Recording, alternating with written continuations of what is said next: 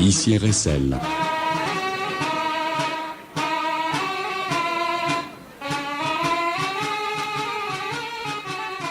Poursuite de notre émission à l'écho des Tintins. On est tout le temps dans la catégorie senior, et après avoir entendu Adrian Lisanti, pour tout vous dire, qui actuellement se trouve en Italie, eh bien j'ai le plaisir d'accueillir Blaise Humbert, qui lui, pour l'instant, est à Palavas. Blaise, bonsoir.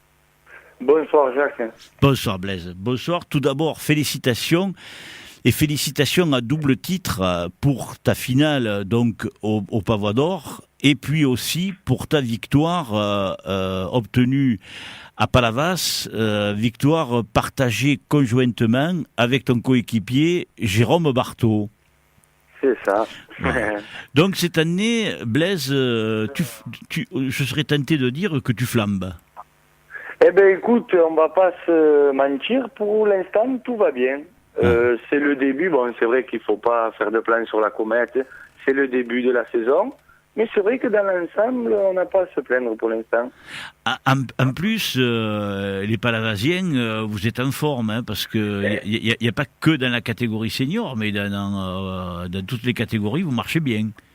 Oui, ça va, on a bon, tout ça c'est les jeunes issus de l'ancienne époque de l'école de joute de Monsieur Roche, qui à l'époque, on n'a jamais été nombreux, mais on a toujours été là, voilà, on faisait notre petit bout de chemin, et quelques années plus tard, eh ben, on va dire que le travail paye.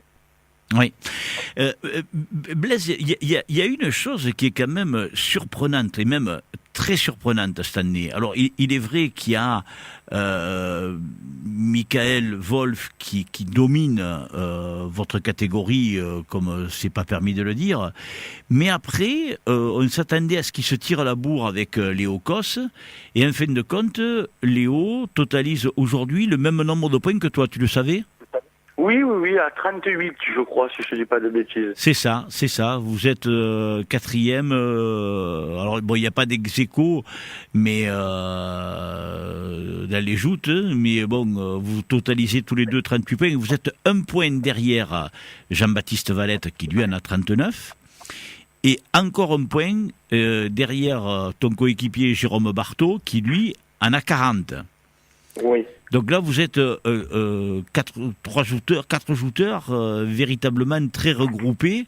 Mais ce qui est particulier, c'est là où je voulais en venir, c'est que quand je vois des gabarits comme le tien et celui de Jean-Baptiste Valette, alors et juste derrière toi, il y a Jonathan Chalier, qui a 33 points.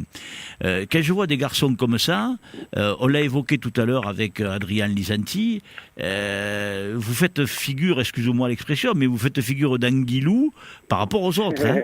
Ah, ça c'est sûr. Avec nos, moi, je crois que là j'ai un peu grossi, mais je dois faire même pas 80 kilos. Ouais. Alors, donc, explique-nous, Blaise, comment tu fais, toi, le maigroulette pour... on joue avec nos armes. Nous, c'est plutôt la tonicité au moment du choc, de mettre un bon coup d'électricité, comme ils disent. Et voilà, d'essayer de bien tout serrer et de miser un peu peut-être sur la chance, je sais pas. Mais c'est sûr que voilà, il y en a, ils jouent plus avec, comme jouent plus les lourds, avec leur poids, des trucs comme ça. Nous, de ça, on peut pas. Donc, on essaye de faire, de plier ce genou avant le plus possible et d'aller droit devant. Hein. Oui, alors, toi, véritablement, c'est ce que tu pratiques la même joute donc avec JB Valette, même Jérôme Barthaud aussi, parce qu'il n'est pas énormissime.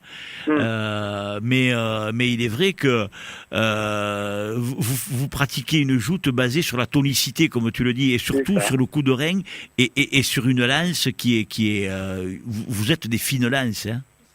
Ben, surtout, enfin voilà, en pesant beaucoup moins que les trois quarts de tous nos concurrents, on est obligé de serrer bien tout parce que bon, maintenant, tu sais comment c'est, les trois quarts jouent en ouvrant la main, un peu, les trucs comme ça.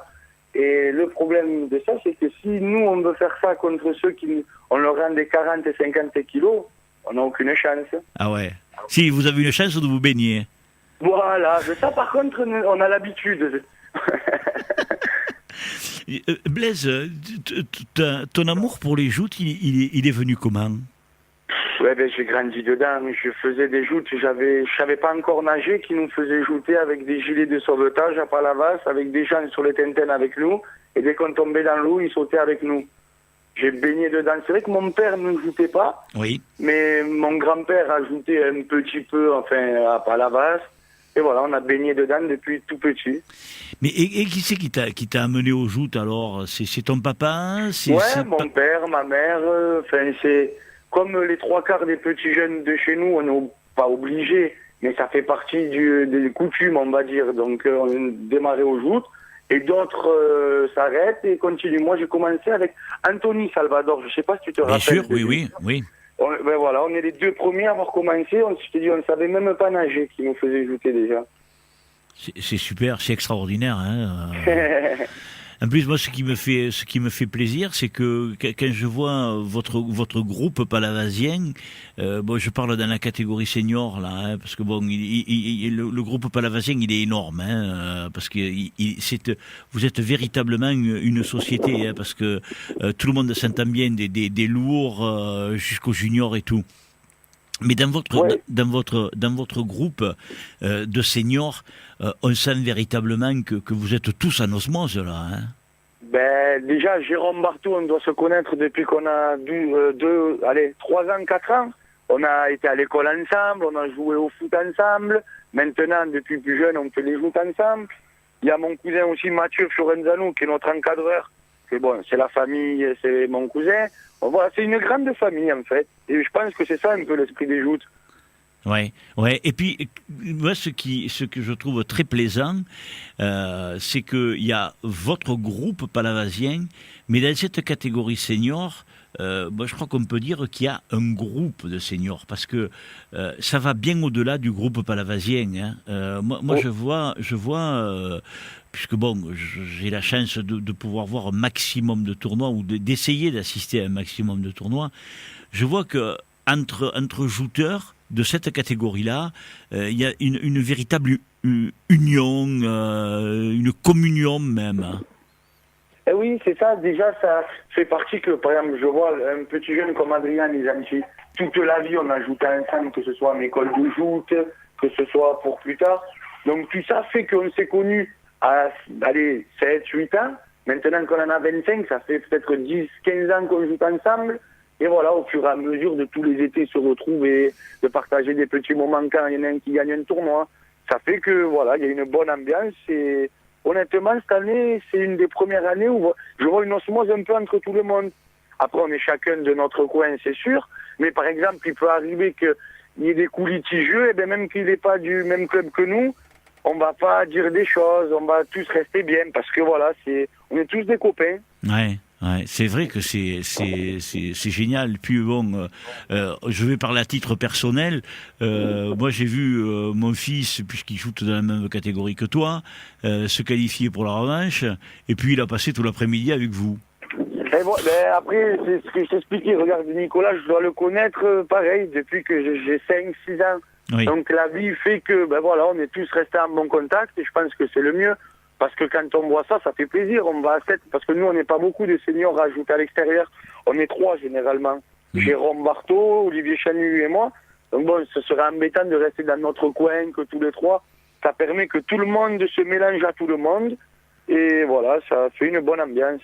Et puis Mathieu, tu l'as dit, Mathieu Fiorenzano, qui cette année malheureusement ne peut pas jouer, mais il est là tout le temps lui aussi. Hein. Ah oui, il s'est fait opérer juste avant la saison et donc il nous a pris en tant qu'encadre, je sais pas comment on dit ça. Oui, comme responsable ou encadrant. Voilà, c'est notre responsable et c'est lui qui fait énormément de travail, que ce soit aux entraînements, à venir, à nous superviser, à nous regarder, que ce soit même à nous accompagner à tous les tournois. Voilà, heureusement qu'il est là, il en faudrait plus, même des gens comme ça. Ah oui, mais tu sais, il faut la passion, il faut le temps, il faut aussi la communion, c'est tout ce qu'on a évoqué auparavant. Blaise, comment tu l'expliques ce très beau début de saison que tu es en train d'effectuer, parce qu'on peut le qualifier de très beau, hein, une victoire, une finale, et puis de revanche. Ben écoute, déjà moi l'an dernier j'étais à l'étranger, donc j'ai pas pu jouer pendant un an. Ouais. Donc tout ça fait que ça nous laisse un peu sur notre faim. Et voilà, après on est arrivé cette année avec de bonnes résolutions et pour l'instant, peut-être un peu le facteur chance qui fait que on est en forme au bon moment quand il faut. Et voilà, pour l'instant tout va bien. Ouais.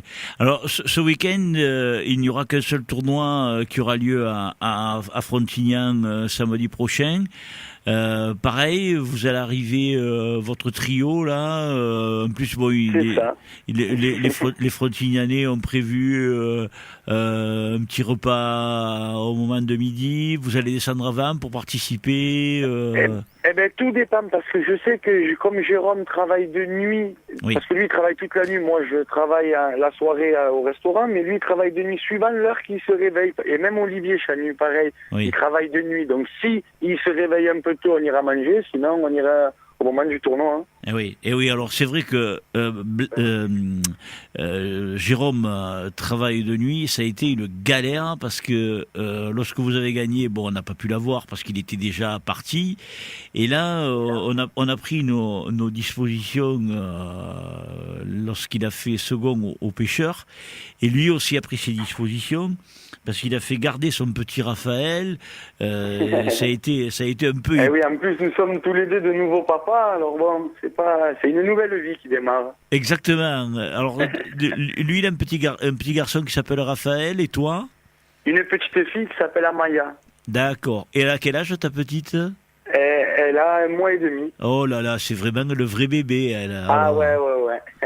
Alors, en plus, tu dois pas beaucoup dormir non plus. Eh non, justement, en ce moment, entre le travail et le bébé, c'est sûr que les heures de sommeil se comptent sur les doigts d'une main. C'était certainement ça, alors, la bonne solution. Ouais, je devais trop dormir avant. Mais là, comme ça, au moins, Je suis réveillé. Voilà, tu es réveillé, tu es vif, et dès qu'il faut que tu répondes présent, tu es là. C'est ça. Puis je crois que les résultats enchaînent les résultats, on va dire, parce qu'après la confiance se met en route. Quand tu es confiant sur un plancher, c'est toujours plus facile. Oui. Ah, on a perdu Blaise. Allô? Oui, ah non, Allô? je croyais que oui, non, tu es là. Je croyais qu'on t'avait perdu, Blaise. Non, mais oui, tu disais que la confiance revenait avec les résultats, effectivement. C'est ça, Ouais. c'est ça. Et au fur et à mesure, parce que bon, on se joue, on sait très bien que c'est un sport qu'on aime tous, mais c'est ingrat. Ça dure tellement, une passe est tellement rapide qu'il suffit d'être concentré 2 minutes avant et 2 minutes après, mais si t'es pas concentré au bon moment, c'est trop tard. Ouais. Blaise, compte tenu de ce début de saison excellent, tu te motives avec Jérôme et vous vous êtes fixé un petit challenge entre vous ou des objectifs ou Des objectifs pas trop, on essaye juste d'essayer d'être régulier, parce que notre gros problème, ça a souvent été ça. On est capable d'un tournoi à faire un très beau tournoi, le tournoi d'après de rien faire du tout. Donc on essaye de se tirer un peu la bourre entre nous pour justement être le plus régulier possible. Et l'avenir nous dira tout, hein, parce que se faire des plans sur la comète, pour l'instant, c'est un peu compliqué. Ça va tellement vite, un tournoi, il suffit de passer 4-5 tournois au travers, tu redescends. Et c'est délicat. Ouais, c'est vrai que tu as parfaitement raison et tous les joueurs le disent. Le plus dur, c'est la régularité et l'obtention de performances. Elle ne s'acquiert pas comme ça, hein, en claquant des doigts. Ce serait beau. Absolument. Blaise, vous vous entraînez à Palavas? Oui, on s'entraîne tous les mercredis sur barque, même à la rame. Et le jeudi sur chariot, parce qu'on a eu les chariots électriques là, et on s'entraîne sur ça, mais c'est bizarre un peu, les chariots électriques. J'ai du mal à m'y faire, je suis plus moi à l'ancienne époque de tirer les chariots comme on faisait quand on était jeune. Ah ouais. Mais ce qui te gêne, c'est quoi? C'est que le chariot ne s'arrête pas ou Ouais, c'est étrange. Puis bon, j'ai toujours quand tu tombes dans l'eau, tu tombes comme on en revient un peu à ce qu'on disait que nous, on doit se donner beaucoup. Ça fait toujours peur sur ces chariots. Si tu passes à l'avant, que tu tombes un peu, c'est du béton par terre, c'est plus de l'eau. Ouais, donc t'as peur de te faire mal. Voilà. Puis en plus, comme t'es pas bien en chair, t'as pas, t'as pas les choses pour amortir, quoi. T'as pas les amortisseurs. Voilà, c'est mon fessier quand il tombe par terre qui fait l'amortisseur. Blaise, le fait que David April obtienne de super résultats ces dernières années dans la catégorie lourd, est-ce que ça a créé une dynamique à Palavas?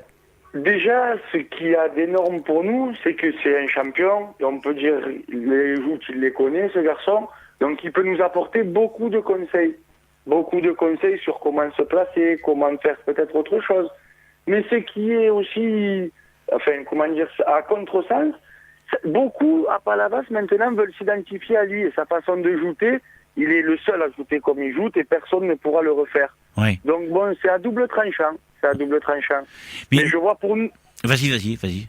Pour nous qui joutons depuis jeune, c'est énorme les progrès qu'il nous fait faire ce garçon. Parce qu'il a quand même un savoir dans les joutes que bon, on est encore jeune par rapport à lui. Ouais. mais est-ce que le fait que David April obtienne autant de résultats a fait grandir les rangs des petits jouteurs de l'école de joute? Je pense, parce que de voir, David au devant de la scène souvent, ça donne envie à tout le monde. On se dit, si lui il y arrive, pourquoi nous on n'y arriverait pas? Donc ça met, une ambiance de se dire, puis ça remonte un peu aussi la société de Palavas, que pendant quelques années, il y a toujours eu des jouteurs, mais les titres étaient moins présents, on va dire. Bien. Eh bien, écoute, Blaise, moi je te remercie grandement parce que je sais que déjà tu as consenti un effort pour nous répondre. C'est très gentil de ta part. Et en plus, tu t'es mis en retard dans ton boulot. Donc, je te remercie encore plus. Et je t'embrasse bien fort. Je te félicite encore pour ta victoire dans le tournoi de Palavas et pour ta place en finale dans le tournoi du Pavois d'Or, en espérant que tu t'arrêteras pas là et que tu obtiendras encore de brillants résultats. C'est gentil, merci Jacques. Et toi aussi, c'est bien ce que vous faites, ça fait connaître un peu plus les joutes, c'est bien qu'on parle des joutes. Ouais, Blaise, ma dernière question, tu t'es fixé un objectif? Ouais, de finir dans les 10 premiers. Bon, je serais content si je finis dans les 10 premiers. Ouais, je pense que tu vas l'atteindre.